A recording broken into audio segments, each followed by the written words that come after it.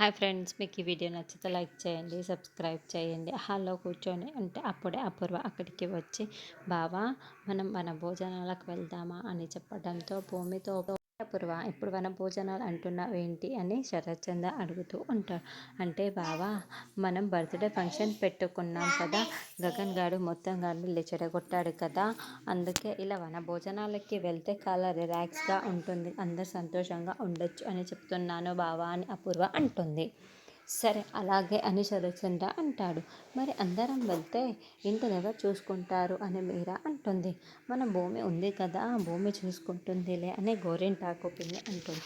దాంతో అపూర్వ చాలా చాలా టెన్షన్ పడిపోతూ కోపంతో రగిలిపోతూ గోరింటాకు పిన్ని చెవి దగ్గరికి వచ్చి దానికి ప్రాణాలు తీయడానికే ఈ వనభోజన ప్లాన్ చేశాను, అదేమో చేసుకుంటూ రాదు అని అరుస్తూ ఉంటుంది. ఓ అదా అపూర్వ, నేను అలా అనుకోలేదే, సరే సరేలే తప్పోయింది అని గోరింటాకు పిన్ని అంటుంది. భూమి రాదని చెప్పడంతో వెంటనే చెర్రి నాకు ఒక ఇంటర్వ్యూ ఉంది, అది అటెండ్ చేసి వస్తా, ఓ కాబట్టి నేను రాను అని భూమి కోసం ఇంట్లోనే ఉండిపోదామని చెర్రి ప్లాన్ చేసుకొని అలా ఉంటాడు. అయితే భూమిని మనతో పాటే తీసుకొని వెళ్ళిపోదాము, ఎలాగో చెర్రి ఇంట్లో ఉండి ఇల్లు చూసుకుంటాడు కదా అని గోరింటాకు పిన్ని అనడంతో అరే భూమి కోసమే నేను ఉండిపోతుంటే ఇప్పుడు ఇలా అయ్యిందేంటి అని చెర్రి టెన్షన్ పడుతూ ఉంటాడు.